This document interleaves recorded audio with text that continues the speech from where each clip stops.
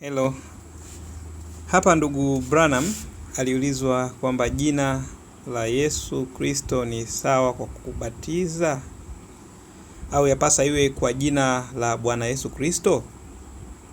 Yeye alijibu, alisema mojawapo, nachukua Bwana Yesu Kristo. Yaani alichukua la Bwana Yesu Kristo, alichukui tu hilo la Yesu Kristo.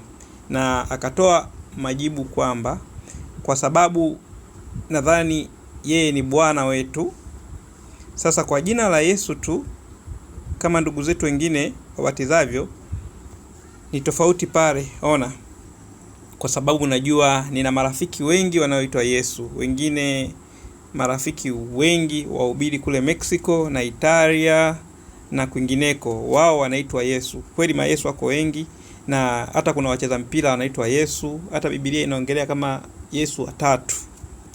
Na kwa hiyo Yesu pekee halitoshi. Jina la Yesu pekee kubatizwa, kama kubatizwa kwa jina la Yesu halitoshi, kwa sababu wapo mayesu wengi. Kwa hiyo anasema hivi, yeye alizaliwa Kristo Mwokozi. Yaani Bwana Yesu Kristo alizaliwa akiwa Kristo Mwokozi.